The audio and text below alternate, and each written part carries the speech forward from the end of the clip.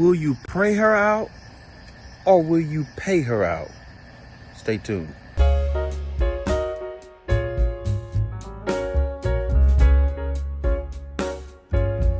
God bless you, friends. Thank you for joining me on this Wednesday morning on Morning Nuggets. This is yours truly, Pastor Nate, and it is my absolute pleasure every time I come and speak with you. As you can see, I'm still out here in nature, enjoying myself out in the woods. Yes, getting some country fresh air. If you like what you've been hearing, if you have not subscribed yet, go ahead and hit that subscribe button. We'd be glad to have you part of the Smart family. Will you pray or will you pay?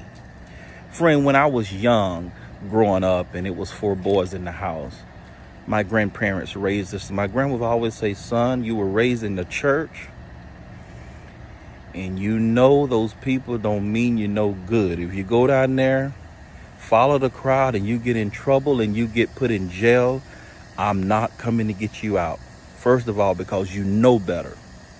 And secondly, we don't have the money to get you out. Y'all don't act like y'all don't know. Y'all got that speech plenty time. And of course, a couple family members were put in jail. And my grandmother did just that. She did not go get them. Instead, she prayed and left it in the hands of the Lord. Because she warned them. She told them. And that's the way it was back in the day. When they told us something, they warned us, listen, do not do this or else this is going to happen. And we're not coming to your rescue. They laid down the law and they warned us. And if you decided to be rebellious and do things your own way, then you were left on your own. That's the environment I came from. They don't raise children like that no more. But in this situation, friend, will you pray or will you pay? There's so much confusion and scuttlebutt out there surrounding the situation of Teresa being in jail. On Jay Wilson's panel last night, you've heard people throw out so many different numbers. Some people said $3,000 bond, and some people said $300 to get out. Some people say $1,500. Some people say $150. Oh my God, it was all over the place. Some people say, I called down there. You got to be a resident of this state. You got to be a resident of this county.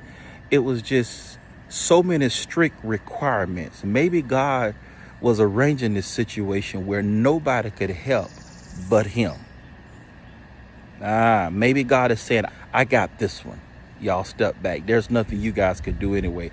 I heard people say there are no close family members around. There's no close friends around. It's unfortunate, but sometimes God has to allow those situations to take place so that we can learn our lesson.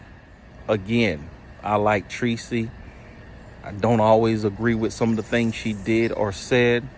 I did hear on a couple occasions saying, hey, I do what I want to do and nobody's going to stop me. Well, friend, this is not only limited to Teresa's situation.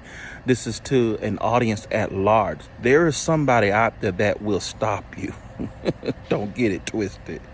God is God. He can allow a situation to take place where you all alone and can nobody come to your rescue. Only God. And I kind of alluded to that on my previous video. But when I thought about this, I thought about a scripture in the Bible, and y'all know it was coming, where Peter was in jail. He was in prison. And the saints, the church, the people, they were back at home praying. They didn't pay Peter out. They prayed Peter out. They were home praying daily. And eventually, the angel of the Lord came down and released Peter from prison because of the prayers. In this situation, friend, you might just have to pray and let God handle this. And he'll send an angel, whomever that angel is, to release her from the prison. Thank you for joining the channel this morning. I pray that this exhortation blessed you. In the meantime, in between time, be at peace and not in pieces. Till next time.